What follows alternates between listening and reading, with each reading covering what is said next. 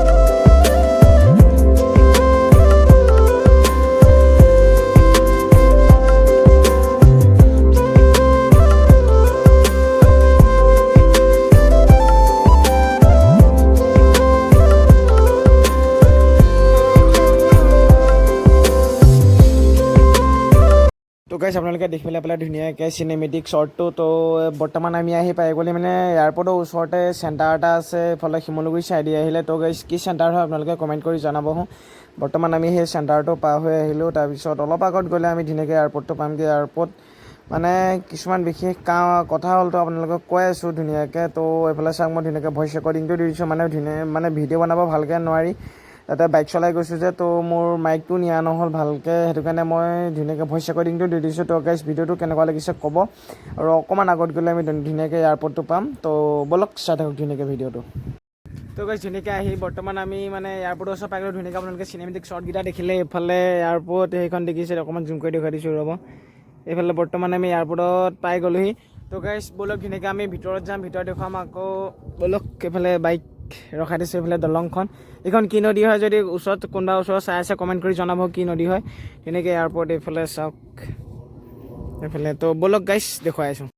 তো গাইজ আমাৰ মেইন কাৰণটো হ'ল মানে আমি এয়াৰপৰ্টৰ ভিতৰত যাব নোৱাৰিলোঁ। তো আমি এইফালে মানে গহপুৰ যোনটো মেইন ৰাস্তা হয় সেইফালে গৈছিলোঁ। এইফালে আমাৰ অৰুণাচলৰ ফালে যাবলৈ পাছ লাগিব। তো এইফালে গেট বন্ধ কৰি থ'লে মানে এইফালে যাব নোৱাৰি।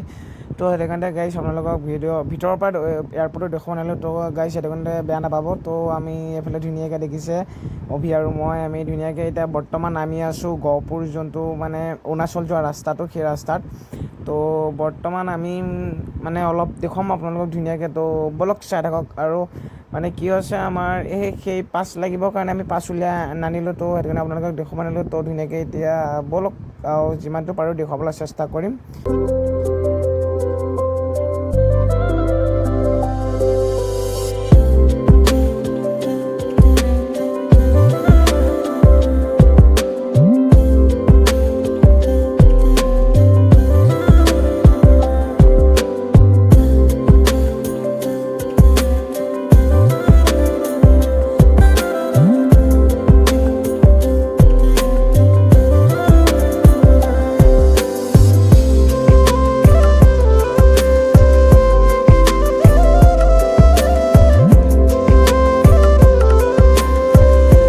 বৰ্তমান আমি আছোঁ গহপুৰ অভাৰব্ৰিজৰ ওপৰত। এখন দেখিছোঁ অভাৰব্ৰিজ, আমি ধুনীয়াকৈ তলত ৰখি আছোঁ। এইফালে ধুনীয়াকৈ গাড়ী গৈ আছে।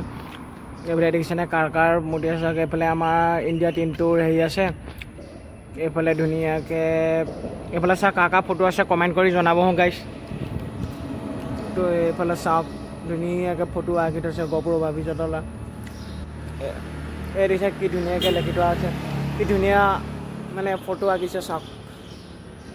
শৰাইঘাটৰ হেৰি আঁকিছে, যুদ্ধখন লাচিতৰ।